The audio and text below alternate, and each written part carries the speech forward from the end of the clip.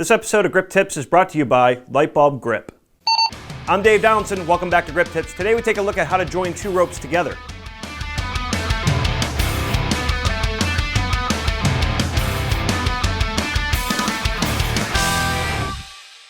These knots were designed so that on the off chance that you need more cordage, you could combine two ropes together. The first knot is an Alpine butterfly bend, and the second knot is a figure 8 bend. These knots are also considered bend knots, much like the granny and square knot, but bend also means to take two lines and put them together. The Alpine butterfly bend is very simple. First, take the two strands and pinch them between your middle and ring fingers. Then take the right strand and swoop it around the back of your hand and lay it flat over your thumb and across your palm. Then take the other strand and mirror the other side by again swooping around the back across the other strand and over your thumb. And at this point, you should have two strands that are crisscrossing, making an X over your palm. Then pinch the ends of the strands and release them from your middle and ring finger. After that, we can take our new pinch and cross over the X on our palm. Then we will begin tucking the loose strands underneath the X so that we are basically just wrapping around the X entirely. Once you have the strands wrapped around to the other side, you can let go and repinch them at the top. Then grab the lower end of the ropes and pull to form the knot. Once it starts to become snug, release the tips of the strands and pull apart the lower ends. The Alpine butterfly should almost snap into place at this point. I like to kind of think of it like this. Here are the wings of the butterfly. If I flip the knot over, here's the body of the butterfly.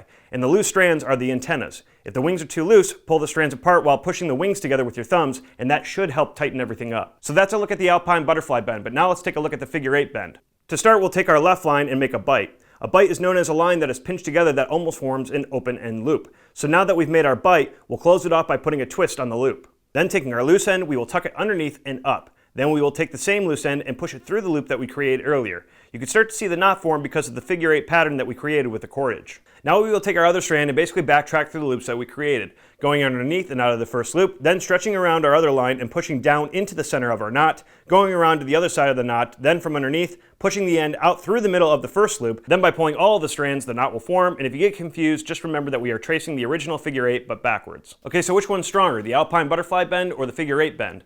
The Alpine butterfly bend is actually stronger, but only by about 5%.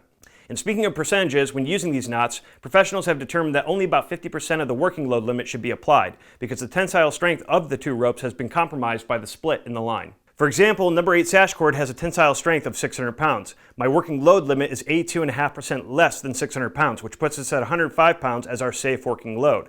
But if I tie two lines together of number 8 sash cord, well then I have to minus 50% of the working load. So 105 pounds minus 50% equals 52.5 pounds, and now that is our safe working load.